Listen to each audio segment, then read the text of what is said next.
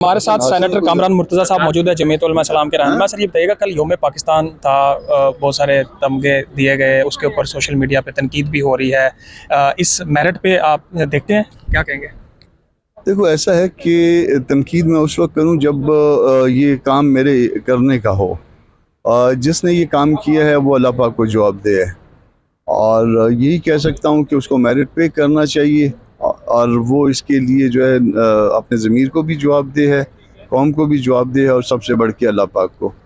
तो अगर हम मतलब जो लोग डिज़र्व करते हैं उनकी हौसला अफजाई करें तो ज़्यादा अच्छा होगा। अच्छा सर, ये कल सदर मुमलिकत की जो स्पीच थी यौम पाकिस्तान पे, उसके ऊपर भी काफ़ी ज़्यादा लोगों ने तनकीद की कि वो उर्दू में पूरी तकरीर में अटक रहे थे, सही तरह पढ़ नहीं पा रहे थे। ये उनकी उम्र का तकाजा है। लोगों ने बहुत सारा कहा कि उनको रेस्ट करना चाहिए।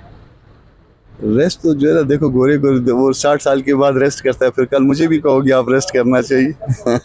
तो आगे जमीयत उलमा इस्लाम की सर पॉलिटिकल स्ट्रेटजी ईद के बाद क्या होने जा रही है? ईद के बाद हमारी मीटिंग है, और मीटिंग इंशाल्लाह ताला जो है ना उसमें तय करेंगे कि करना क्या है, गवर्नमेंट के साथ निपटना कैसे है, तो ये ईद के बाद तय करेंगे।